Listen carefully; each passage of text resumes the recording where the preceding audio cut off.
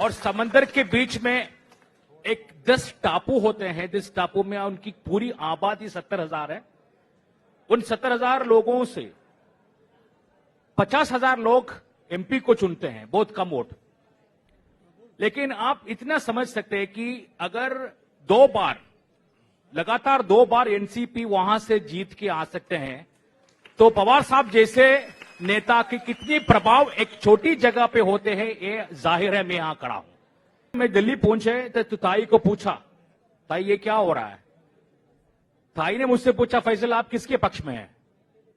मैंने बोला, साहब जहां है वहां मैं हूं, और लक्षद्वीप भी वही है। मैंने पूरी 10 आइलैंड को फोन करके पूछा, ऐसे इसी परिस्थिति है पार्टी में, हमें क्या करना है? कोई संकोच के भाव से, कोई डाउट के बिना सारे गांव से एक ही शब्द आया कि हम साहब के साथ में ही रहेंगे। मेरी बहन सुप्रिया ताई, फौजिया आपा, मैं लक्षद्वीप से आया हूं,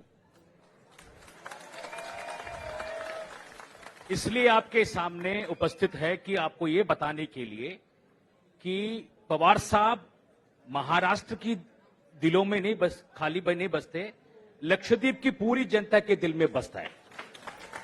और समंदर के बीच में एक 10 टापू होते हैं। 10 टापू में उनकी पूरी आबादी 70,000 है। उन 70,000 लोगों से 50,000 लोग एमपी को चुनते हैं, बहुत कम वोट।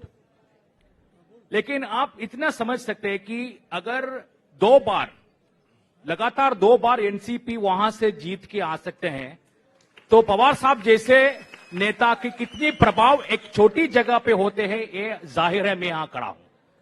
मैं आज ट्रेन में आ रहा था, इस ट्रेन के द्वारा में मुझे मालूम पड़ा कि हमारी पार्टी की डिवीजन हो रहा है। तो डिवीजन होने के बाद मैं दिल्ली पहुंचे तो ताई को पूछा, ताई ये क्या हो रहा है?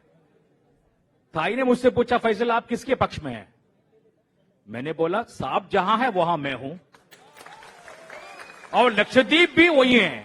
मैंने पूरी 10 आइलैंड को फोन करके पूछा, ऐसे इसी परिस्थिति है पार्टी में, हमें क्या करना है? कोई संकोच के भाव से, कोई डाउट के बिना सारे गांव से एक ही शब्द आया कि हम साहब के साथ में ही रहेंगे।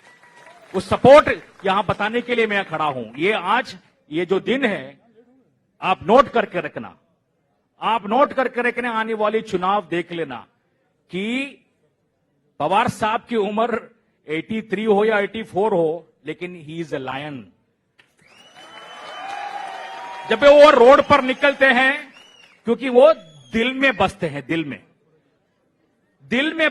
में बसने वालों को निकालने के लिए उनको मारना पड़ता है। समझ गए ना? तो दिल में रहते हैं, वो दिल में ही हैं, उसको निकाल नहीं सकते। उसकी आखिर सांसों में होते हैं। हम आखिरी सांस तक पवार साहब के साथ में जुड़े रहेंगे, और आने वाली इलेक्शन में ये बताएंगे हम कि राष्ट्रवादी कांग्रेस क्या है, और इंडिया जैसी मजबूत देश के लिए पवार साहब जैसी की नेता का जरूरत क्या है, ये हम आगे का संघर्ष करके बताएंगे। धन्यवाद। जय एनसीपी, जय शरद पवार साहब।